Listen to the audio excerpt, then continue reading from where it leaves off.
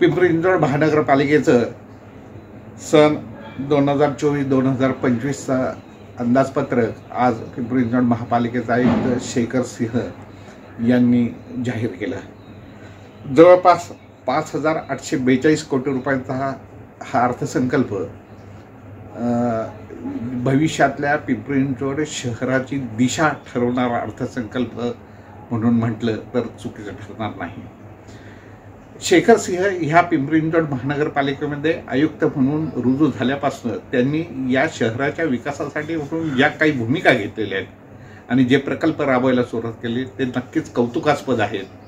अनेक पायाभूत प्रकल्प पिंपरी चिंचवड शहरामध्ये त्यांनी सुरू केलेले आहेत आणि त्यांच्या ह्या प्रयत्नाचाच एक भाग म्हणून पिंपरी चिंचवड महानगरपालिका ही देशातील पहिली आणि एकमेव महानगरपालिका आहे की ज्याला AA+ रेटिंग पिंपरी चिंचवड महानगरपालिकेला प्राप्त झालेले आहे। अनेक क्षेत्रामध्ये पिंपरी चिंचवड महानगरपालिकेने कौतुकास्पद कामगिरी करत असताना अनेक पारितोषिकही प्राप्त केलेली आहेत। या वर्षीच्या या अंदाजपत्रकामध्ये जर आपण बघितलं की अनेक नव्या गोष्टींचा जो उल्लेख करण्यात आलेला आहे त्याच्यामध्ये पवना नदी, इंद्रायणी नदी तसेच मुळा नदीच्या शुद्धीकरणासाठी म्हणून अनेक योजना त्याने या काही वर्षामध्ये आपण राबवतोय। त्याची म्हणजे सुरुवात म्हणून ह्या वर्षीच्या अंदाजपत्रकामध्ये काही तरतूद करण्यात आली।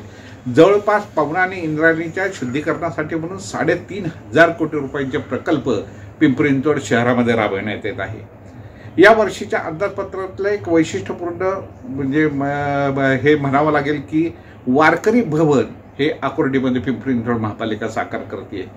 आषाढी यात्रेच्या वेळेस ज्या संत तुकाराम महाराजांची पालखी आकुर्डी येथे मुक्कामाला येत असते आणि तो एक खूप मोठा उत्सवाचा आणि पिंपरी चिंचवड शहराच्या दृष्टीने अतिशय महत्त्वाचा कार्यक्रम असतो। अख्खं शहर त्यावेळेस भक्तिशक्ती म्हणजे शिल्पापाशी संपूर्ण जमलेलं असतं। हजारो वारकरी पिंपरी चिंचवड शहरामध्ये येत असतात। या वारकऱ्यांच्या सुविधेसाठी म्हणून हे वारकरी भवन इथं पिंपरी चिंचवड महानगरपालिका उभारतीये। हा एक चांगला कौतुकास्पद प्रकल्प म्हटला पाहिजे। बजेटमधली महत्त्वाची अजून एक म्हणजे तरतूद म्हणजे निगडीपर्यंत मेट्रो म्हणजे नेली जाईल यासाठी सातत्याने केवळ चर्चा होती, पण या वर्षीच्या ह्या बजेटमध्ये निगडीपर्यंत मेट्रो नेण्यासाठी म्हणून भरीव तरतूद केलेली दिसते। भामा आसखेडमधनं आपण पाणी उचलतो, नवीन अधिक पाणी म्हणजे उचलण्यासाठी आपल्याला परवानगी मिळेल। त्याचबरोबर अधिकचं 200 MLDचं पाणीसुद्धा म्हणजे उचलण्यासाठी म्हणून ह्या बजेटमध्ये तरतूद करण्यात आली आहे। त्यामुळे ह्या शहराची पाण्याची जी गरज आहे ती नक्की पूर्णपणे म्हणजे पूर्ण होणार आहे आणि लोकांना मुबलक पाणी मिळू शकणार आहे। उद्यान विभागाच्या माध्यमातून बायोडायव्हर्सिटी पार्क हा एक वेगळा आणि अतिशय महत्त्वाकांक्षी प्रकल्प उभारला जातोय शहरामध्ये, त्यासाठी तरतूद करण्यात आलेली आहे। अग्निशमन दल अत्याधुनिक करण्यासाठी म्हणून खूप मोठा प्रयत्न या अर्थसंकल्पामध्ये दिसून येतोय। मध्यंतरी काही शहरामध्ये घटना घडलेल्या होत्या, काही आग लागण्याचे प्रकार झालेले होते, काही लोकांना त्यात त्यांचा मृत्यू झालेला होता।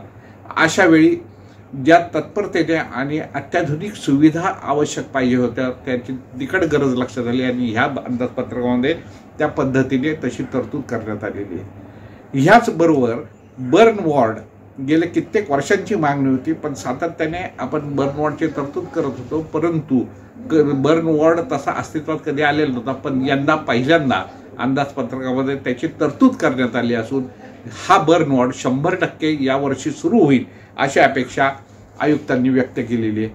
त्याचबरोबर कॅन्सर सेंटर ही पण ह्या शहराची नितांत गरज होती, त्याचीही तरतूद या अंदाजपत्रकात करण्यात आली। अनेक पायाभूत प्रकल्प उभे करत असताना शहरातला सर्वसामान्य माणूस किंवा तळागाळातल्या माणसाच्या त्याचं हे उत्पन्न वाढावं किंवा त्याचं राहणीमानामध्ये चांगला बदल घडून यावा या दृष्टीने सातत्याने आयुक्त शेखर सिंह प्रयत्न करत आहेत आणि त्याचाच भाग म्हणून की बचत गटांच्या सक्षमीकरणासाठी म्हणून खूप चांगल्या तरतुदी या अंदाजपत्रकात करण्यात आल्या, जेणेकरून महिला सबलीकरणाचं किंवा त्यांना आर्थिकदृष्ट्या संपन्न करण्याचा प्रयत्न या ह्याच्यामध्ये अंदाजपत्रकात दिसून येतोय। प्रामुख्याने आकुर्डी निगडीमध्ये बचत गटांसाठी मॉल उभा राहतोय, जेणेकरून ज्या महिला घरगुती काही उत्पादनं तयार करतात त्यांना लोकांच्यापर्यंत त्यांचा माल पोहोचवण्यासाठी, त्यांच्या मार्केटिंगसाठी एक चांगली सुविधा आणि तळागाळातल्या वर्गाला आर्थिक सक्षम करण्यासाठी म्हणून हा प्रकल्प अतिशय महत्त्वाचा ठरणार आहे. अतिशय महत्त्वाकांक्षी आणि खूप महत्त्वाचा आणखी एक प्रकल्प म्हणजे दिव्यांगांसाठीचा आपण दिव्यांग भवन इथं उभं केलेले पिंपरीमध्ये. त्या दिव्यांग भवनमध्ये 6 वर्षे वयापर्यंतच्या मुलांना त्यांच्यामध्ये काही डिसीज आहेत का हे जर त्या लहान वयातच जर कळलं तर त्यांच्या ह्याच्यावर उपचार करता येऊ शकतो. यासाठी म्हणून दिव्यांग भवनमध्ये 6 वर्षापर्यंतच्या मुलांसाठीचं निदान केंद्र आपण पिंपरी महापालिकेच्या वतीने उभारण्यात येते. त्याचबरोबर महापालिका घरोघरी दिव्यांगांचं सर्वेक्षण करून त्यासाठीच्या त्या दिव्यांगांसाठी ज्या उपाययोजना करायच्या त्यासाठीचा प्रयत्न महापालिका करणार आहे. हे एक अतिशय कौतुकास्पद उपक्रम महापालिका या वर्षीपासून राबवते. कचरा वेचक कामगार जे आहेत त्यांच्या मुलांना शैक्षणिक अर्थसहाय्य करण्याची तरतूदही या अर्थसंकल्पामध्ये करण्यात आली आहे. महापालिका शैक्षणिक क्षेत्रामध्ये अनेक चांगले प्रकल्प राबवते, अनेक चांगले उपाययोजना राबवते.